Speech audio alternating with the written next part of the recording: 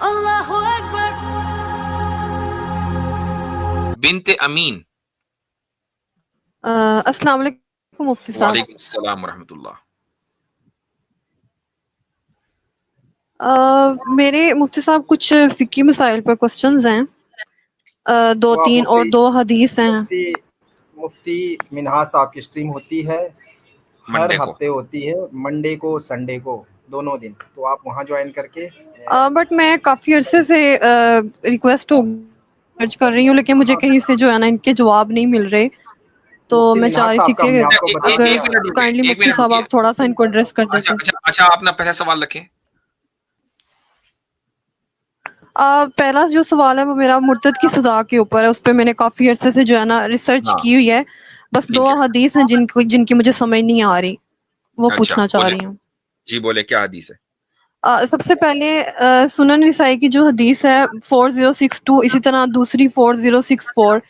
تو مرتد کی سزا کو جب ہم دیکھتے ہیں اس میں ہمیں ایک چیز نظر آتی ہے کہ جو متحارب باغی ہوگا اس کو تو قتل کر دیا جائے گا، بٹ جو لڑنا نہیں چاہ رہا اس کو توبہ کا موقع دیا جاتا ہے. لیکن جب ہم ان دونوں حدیث کو پڑھتے ہیں، جیسے کہ پہلی حدیث میں نے بتائی سنن نسائی کی 4062، اس میں حضرت عبداللہ بن عمر رضی اللہ تعالی عنہ سے جو ہے نا روایت بن ہے کہ عباس. جو بھی مسلمان دین سے نکلے گا ہم، اس کو قتل کر دیا جائے گا. اسی طرح جی سے دوسری حدیث جو ہے 4064، اس میں عبداللہ بن عباس جو ہیں رضی اللہ تعالیٰ عنہ، انہوں نے بھی کہا کہ جو بھی اپنے دین مذہب سے نکلے گا اس کو قتل کر دیا جائے گا. اب ہم اس چیز کو کیسے سمجھیں؟ مطلب کہا گیا کہ جو بھی دین سے نکلے گا اس کو قتل کیا جائے گا، یہ نہیں کہا گیا کہ جو باغی ہے یا ویسے شک یا شبہ کی وجہ سے نکلا ہے تو اس کو تھوڑا ٹائم دیا جائے گا. تو ان حدیث کی سمجھ نہیں آتی. ٹھیک ہے. دیکھیں ہوتا یہ ہے، یہ فقہی کوشچن بظاہر لگتا ہے، لیکن اصل میں یہ فکری کوشچن ہے، یعنی جو ہماری اسٹریم سے ریلیٹ کرتا ہے. میں اس لیے جواب بھی دے رہا ہوں. ہوتا یہ کہ حدیث میں حدیث اسلامی قانون کا سورس تو ہے، لیکن یہ ضروری نہیں ہے کہ ایک قانون کے جتنے بھی پہلو ہیں وہ سارے ایک ہی حدیث کے اندر آ جائیں. ٹھیک ہے. اب اس حدیث میں ایک اصول دے دیا کہ دین سے جس نے اپنے دین کو بدل دیا، یعنی جس مسلمان نے دین چھوڑ دیا، فقتلوہ، اس کو قتل کر دو. یہ سزا ہے. یعنی یہ نہیں کہ عام آدمی کوئی بھی اٹھائے تلوار اور اس کو قتل کر دے، بلکہ یہ سزا ہے. ہاں اس سزا کے اندر پھر یا اس حکم کے اندر ڈیٹیلز ہیں. وہ ڈیٹیل یہ ہے کہ اگر کوئی شخص کسی شک و شبہ کی وجہ سے اسلام چھوڑ دیتا ہے تو اس کو موقع دیا جائے گا اس کے شکوک و شبہات کو ختم کرنے کا. اگر اس کے شکوک و شبہات ختم نہیں ہوتے تو اس کو مطمئن کرنے کی ذمہ داری علماء کے اوپر ہے. وہ مطمئن ہو گیا، اس کے باوجود بھی وہ اسلام میں واپس نہیں آ رہا ہے، تو اب اس کا مطلب یہ ہے کہ وہ سرٹیفائیڈ باغی ہے. اس حدیث میں صرف اتنا بتایا ہے کہ دین چینج کرنا بغاوت ہے، لیکن اس اسٹیج تک پہنچنے کے لیے پھر آپ کو دوسری حدیثیں اور دوسری جو صحابہ کا جو عمل ہے اور صحابہ کے جو فتاوی ہیں، رسول اکرم صلی اللہ علیہ وسلم کی دوسری احادیث ہیں، ان سب کو آپ جب کلیکٹیولی دیکھیں گی تو آپ کو اندازہ ہوگا کہ یہ رول ہے. کسی ایک چھوٹی سی حدیث کو بنیاد بنا کر ہم پورا رول نہیں نکال سکتے. آپ میوٹ پر ہیں.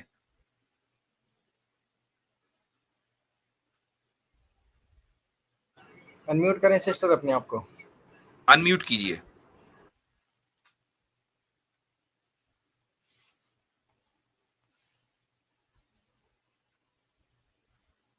سسٹر آپ میوٹ پہ ہیں، انمیوٹ کریں اپنے آپ کو.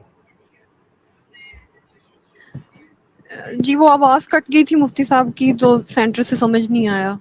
میں صرف یہ کہہ رہا ہوں کہ یہ جو حدیث ہے من بدل دینہ فاقتلوہ، اس حدیث ایک چھوٹی سی حدیث کو بنیاد بنا کر آپ سارے رولز اس حدیث سے نہیں نکال سکتی. اس حدیث کا سمپلی مطلب یہ ہے کہ دین کو بدلنا بغاوت ہے، لیکن یہ بغاوت ثابت کب ہوگی؟ اس وقت ہوگی جب ایک آدمی اپنے دین کو بدل دے، اس کو شکوک و شبہات دور کرنے کے تمام مواقع ملیں، اس کے باوجود بھی وہ اڑا رہے اپنی بات کے اوپر، تو بغاوت ثابت ہوگی. جب یہ بغاوت ثابت ہوگی تو سزا نافذ ہوگی. اوکے. دوسرا کوشچن میرا وہ نکاح متع کے اوپر ہے. اس میں بھی جو میں نے کافی ریسرچ کی، ہمیں یہ نظر آتا ہے کہ وہ ایک دفعہ حلال ہوا پھر حرام ہوا، اور غزوہ خیبر کے روز وہ آپ صلی اللہ علیہ وآلہ وسلم نے جو ہے نا اس کو حرام قرار دے دیا. بٹ اس میں جہاں پر ایشو جس حدیث پہ مجھے ہوا وہ حضرت عبداللہ ابن عباس ہی ہمیں اس میں نظر آتے ہیں. یہ صحیح مسلم کی روایت ہے 3429، جس میں حضرت عبداللہ بن زبیر جو کہ حضرت عائشہ رضی اللہ تعالیٰ عنہ کے بانجے تھے، وہ خلیفہ بنے. تو وہ ممبر پہ ایک دن خطبہ دے رہے تھے کہ وہ لوگ گمراہ ہو چکے ہیں جو متع کے حق میں فتویٰ دیتے ہیں کہ وہ حلال ہے. یعنی ان کا اشارہ عبداللہ ابن عباس کی طرف تھا. تو عبداللہ ابن عباس نے ان کے ساتھ اس پہ بحث کی کہ نہیں، امام المتقین یعنی ان کا اشارہ آپ صلی اللہ علیہ وسلم کی طرف تھا کہ ہم ان کے زمانے میں متع کرتے تھے. تو ہمیں نظر آتا ہے کہ عبداللہ ابن عباس متع کو جائز سمجھتے تھے، حلال سمجھتے تھے. تو یہ بھی اسلام میں مطلب مجھے یہ چیز نظر آئی کہ شاید یہ دونوں چیزیں ٹکرا رہی ہیں کہ نکاح متع ایک جگہ پہ حلال بھی عبداللہ ابن عباس کی طرف سے قرار دیا جا رہا ہے، اور پھر اسی طرح ایک حدیث یہ بھی آتی ہے کہ جو حضرت عمر رضی اللہ تعالیٰ عنہ ہیں انہوں نے جو ہے نا نکاح متع کو حرام قرار دے دیا تھا. تو اس کو ہم کس طرح سے سمجھیں؟ اس کو اس طریقے سے سمجھیں کہ ابن عباس رضی اللہ عنہ، میں نے جیسے پہلے کہا نا ایک اصول دیا کہ ایک حدیث سے آپ ہولسٹک انڈرسٹینڈنگ نہیں ہو سکتی آپ کو.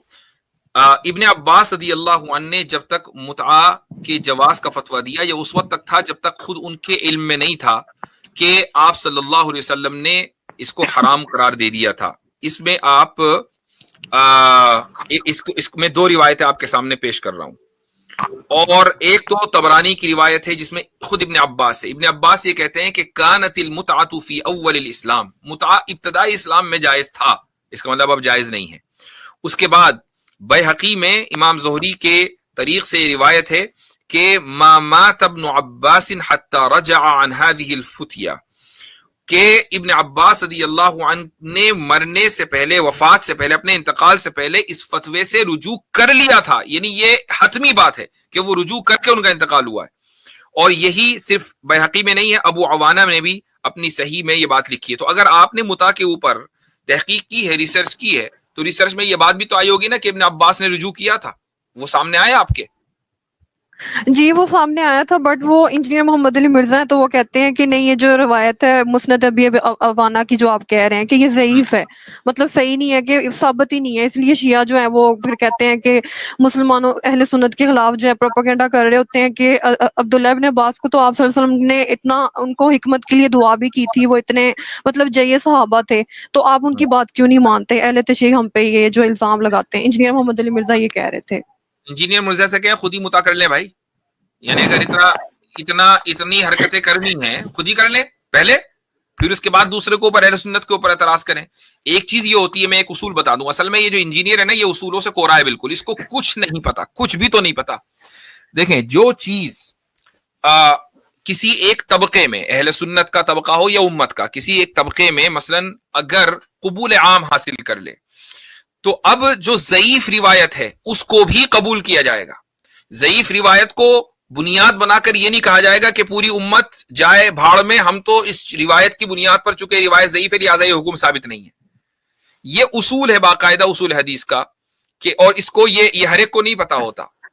جن لوگوں کا حدیث میں کچھ مطالعہ ہوتا ہے یہ انہی کو پتا ہوتا ہے. وہ چونکہ انجینئر بالکل کورا ہے اس لیے اس کو نہیں پتا ہے. آپ دیکھیں کہ اہل سنت والجماعت کا یہ متفقہ موقف ہے کہ نہیں متع حرام ہے؟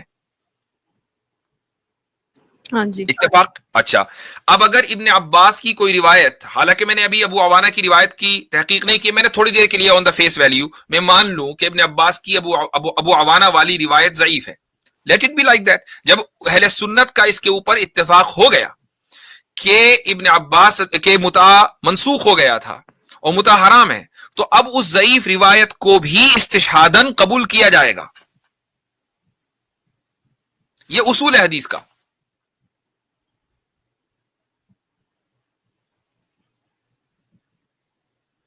اوکے.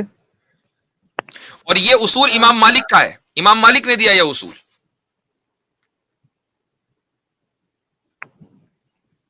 جی اسی طرح سے مفتی صاحب تیسرا جو میرا لاسٹ فقی مسئلہ ہے جس پہ مجھے کوسچن ہے، وہ بھی حضرت عبداللہ ابن عباس سے ہی روایت مطلب آتی ہے کہ وہ